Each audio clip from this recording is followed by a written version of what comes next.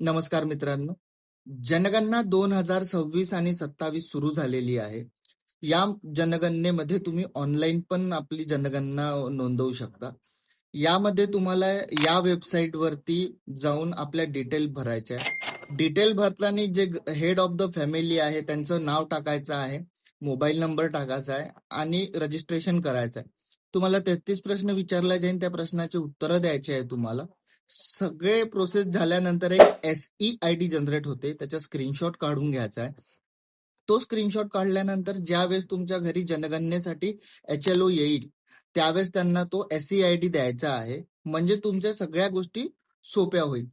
आणि दुसरी पद्धत म्हणजे तुमच्या घरी HLO येईल, तुम्हाला 33 प्रश्न विचारेल, त्या प्रश्नांचे अचूक तुम्हाला उत्तरं द्यायचे आहे.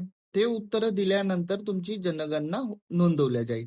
या जनगणनेचे फायदे पण असे आहे की ज्या गव्हर्नमेंट स्कीम आहे त्यामध्ये तुम्ही बसता की नाही बसत हे सुद्धा या जनगणनेमार्फत ठरते. जनगणना फक्त लोक किती आहे याच्यासाठी नसते, तर जनगणना ही तुमच्या जे कायदे आहे किंवा तुमचा जो हक्क आहे, तुम्हाला ज्या गव्हर्नमेंटच्या स्कीम मिळणार आहे त्यासाठी सुद्धा असते. आणि यासाठी तुम्हाला कुठलेही डॉक्युमेंटेशन वगैरे करायचे नाहीये. OTP कुठल्याही पद्धतीचा द्यायचा नाहीये. आणि कुठलीही अडचण आली मला फोन करा, मेसेज करा. आणि जर तुम्हाला लिंक पाहिजे असेल तर मला फॉलो करा आणि मेसेजमध्ये मी तुम्हाला लिंक पाठवून देईन. कमेंटमध्ये लिंक असा मेसेज करा.